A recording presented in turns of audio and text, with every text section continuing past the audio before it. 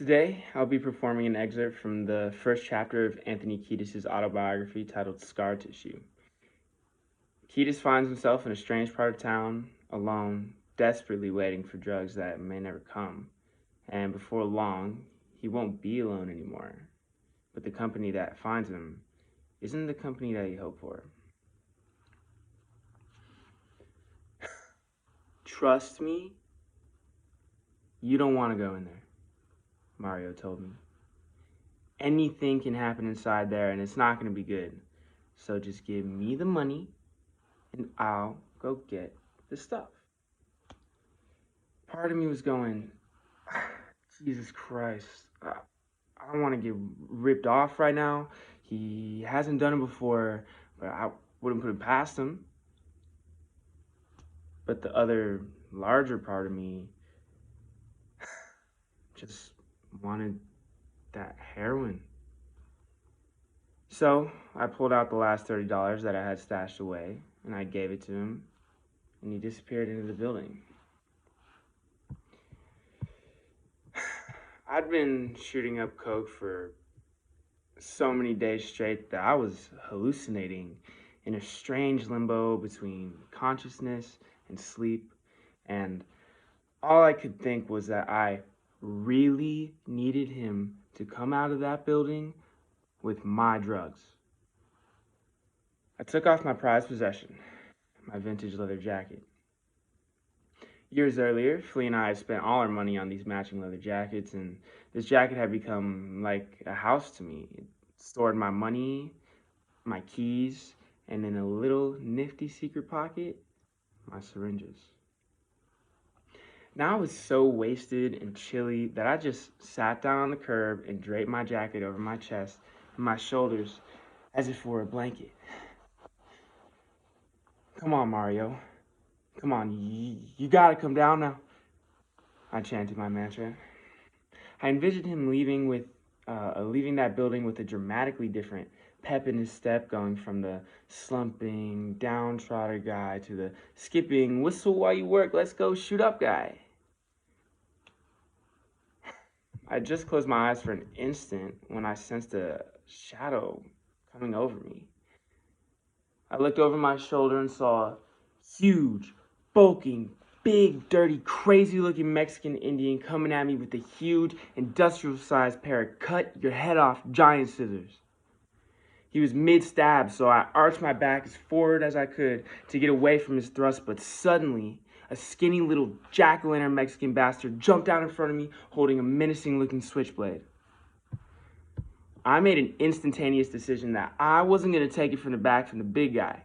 I'd rather take my chances with the scarecrow killer in front of me. Now, this was all happening so fast, but when you're faced with your own death, you go into that slow motion mode where you get the courtesy of the universe expanding time for you. So I jumped up with my leather jacket in front of me, and I charged the skinny guy. I pushed the leather jacket onto him, smothered his stab, and dropped it and ran out of there like a Roman candle. I ran and I ran, and I didn't stop running until I got to where my car was parked. Then I realized I didn't have my keys. I had no keys, no jacket, no money, no syringes. But worst of all, I had no drugs. And Mario wasn't the kind of guy to just come looking for me. So I walked back to his house, but nada. Now the sun had come up and we're supposed to leave in Arizona in an hour. So I went to a payphone, found some change, and called Lindy. Lindy, hey, I'm downtown on 17th and Alvarado, and I haven't been asleep for a while, and my car is here, but I have no keys. Can you pick me up on the way to Arizona?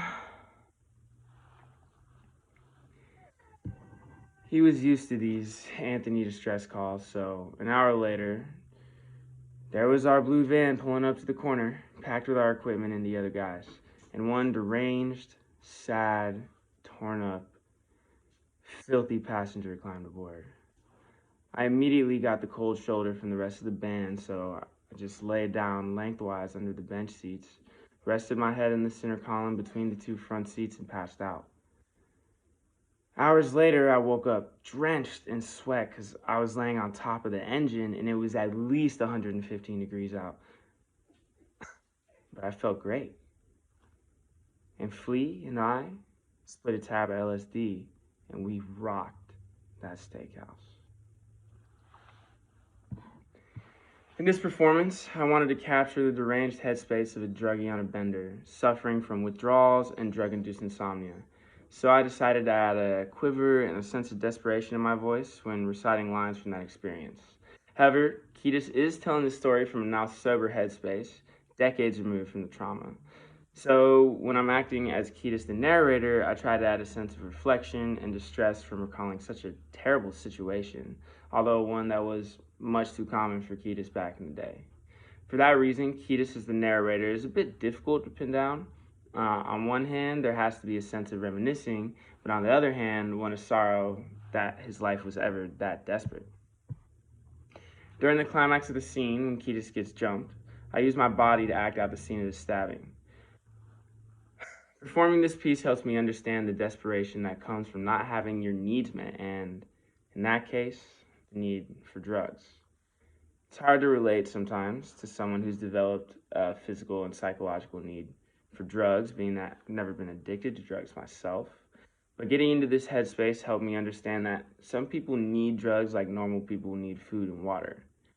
This is because, according to Peleus, quote, performing others' utterances means letting others live through one's own voice and body.